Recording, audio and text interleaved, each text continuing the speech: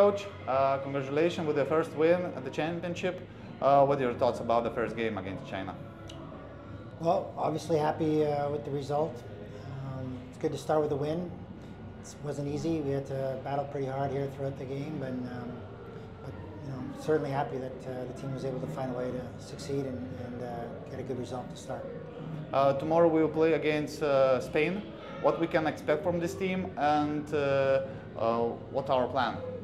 Well, we haven't really had a chance to get to see them yet. They're going to play here shortly, so we'll have a chance to evaluate their performance from today's game, and maybe that'll help us, I think, with our preparation for the game tomorrow, have a better idea of what to expect from Spain. We haven't seen them play yet, so or not very much at least. So we'll get a chance to do that here this afternoon.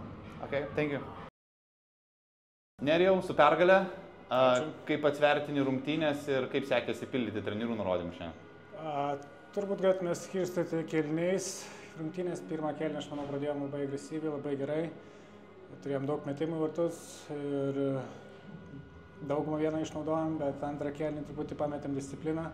Gavom daug baudos minučių ir teko daug gintis, vėl ištaipojom daug, manau, jėgų mažumoje. Bet sėkmingai apsigyrėm, o trečias kėlinys jau buvo toks apylygis, toks labiau iki klaidos žaidimas. Ačiū Dievui, kad mes nepadarėm tos klaidos ir išsaugojom pranašumą. Rytoj žaisim prieš ispanus, pažįstamas varžovas. Ar kelia didelių klausimų rytojus varžyboms jie?